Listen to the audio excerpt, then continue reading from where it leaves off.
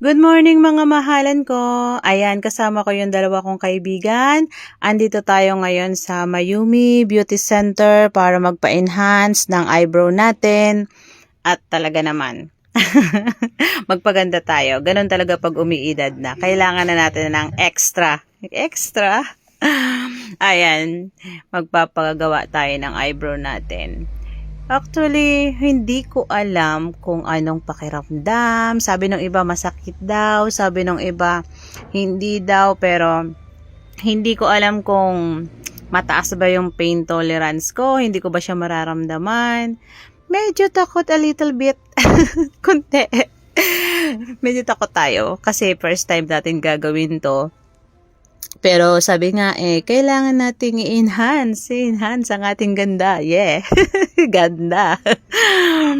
Ayan, nagpi-fill out lang ako dyan. Ay, nako. Inaasar ako ng kaibigan ko. Hindi ko talaga alam kung anong pakiramdam. Bahala na. Basta ako gusto kong ipa-enhance yung aking magulong kilay, sabog-sabog, wala sa ayos. Wala lang, naiingit lang kasi ako dun sa iba na ang ganda ng kilay nila. Tapos, alam yun, ay pwede naman natin gawin. Sige na nga, napilitan na nga ako. Hay, napilitan mag-inarte. Ayan, tingin-tingin pa ako kasi pinag-aaralan ko talaga kung kakayanin ko ba.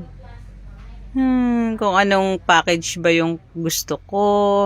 Gusto ko kasi yung ano lang, parang normal lang siya. Yung hindi masyadong halata.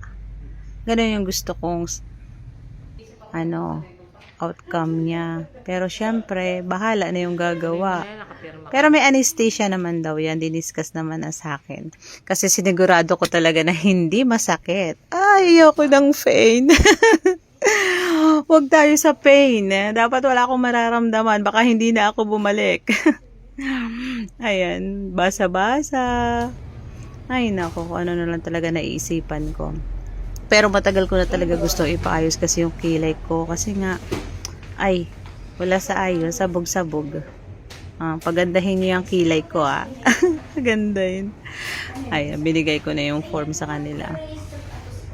Ang aga namin umalis kasi nga gusto ko maaga matapos kasi may pasok pa tayo. Ayan yun, nilalagyan ako ng anesthesia. Drawing. Ibababad lang naman ng mga 30 minutes yan. Para hindi ko raw maramdaman. Hindi naman siya masakit daw. Kaya ayan, kinakabahan ako dyan. Yung kamay ko talaga pinagpapawisan kasi ayoko nakakakita ko ng syringe. Yan ang kahinaan ko. Ayan na, natapos na. Hindi siya masakit actually. Wala kang mararamdaman. Sa akin kasi sabi nung mataas daw yung pain tolerance ko. Ayan, okay na yung kilay natin. Ganda, di ba? Siyempre, nagpagawa tayo ng kilay natin. Ang kasunod niyan, kakain. Hindi pwedeng gutom. Maganda kilay mo, tapos gutom. Ayan, kumain kami para naman bosog kami tatlo. Bye! Mga mahalan ko.